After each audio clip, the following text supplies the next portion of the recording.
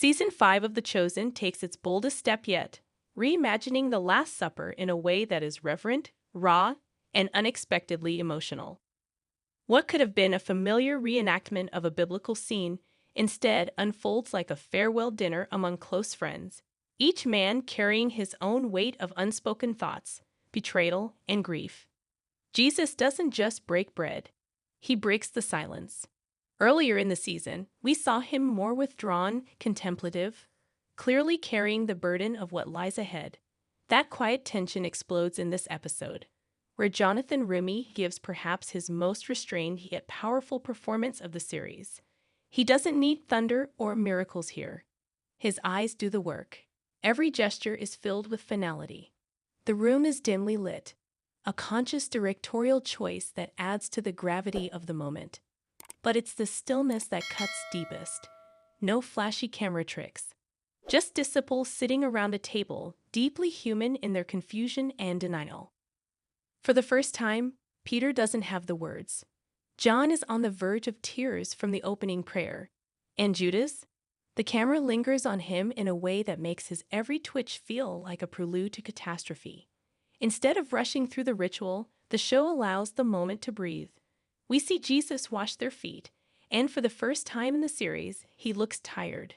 Not from labor or ministry, but from the emotional toll of what's to come. I have eagerly desired to eat this Passover with you before I suffer, he says, and the line hits like a thunderclap. Nathanael tries to lighten the mood. Matthew scribbles notes, uncomfortable and unable to hide it. Thomas, torn by his love for Jesus and his analytical mind, looks shattered. And then there's Mary Magdalene, watching from the side of the room, understanding more than any of the others, but still feeling powerless. The bread is passed, the wine is poured, and Jesus looks each of them in the eyes as he gives it to them, not as a ceremony, but as a goodbye. His voice doesn't tremble, but his silence in between words speaks volumes. It's as if he's memorizing their faces. But what truly makes this Last Supper different is what happens before it and after. There's a brief flashback sequence showing earlier moments with each disciple, small, tender memories that now feel like premonitions. A scene with James and Jesus fixing a cart. An older exchange between Jesus and Judas, where he calls him brother. Moments that now feel haunting. And after the meal, the disciples don't just walk out, they argue. Loudly.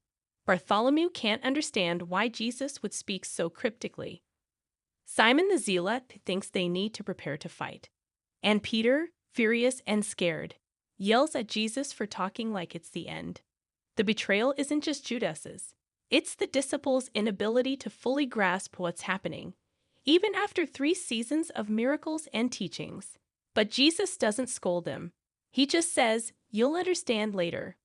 A single sentence that carries the weight of centuries. The score during the episode is sparse, with subtle strings that never overpower. Composer Matthew S. Nelson leans into minimalism, allowing silence to dominate where music usually would. It's almost uncomfortable, and that's the point. This isn't meant to be beautiful, it's meant to be real.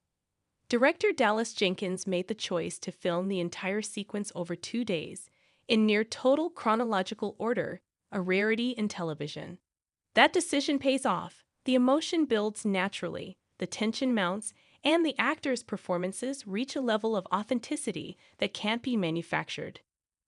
The episode ends not with the betrayal, that's coming next, but with Jesus alone, stepping outside, looking at the stars, the same stars Abraham once counted, and for a moment, he just breathes.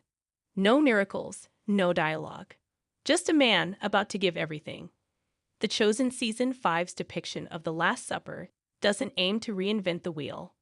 Instead, it strips everything down to its emotional core: friendship, confusion, love, and inevitable loss. It's a reminder that behind every holy event was a human story, one full of fear, loyalty, doubt, and hope.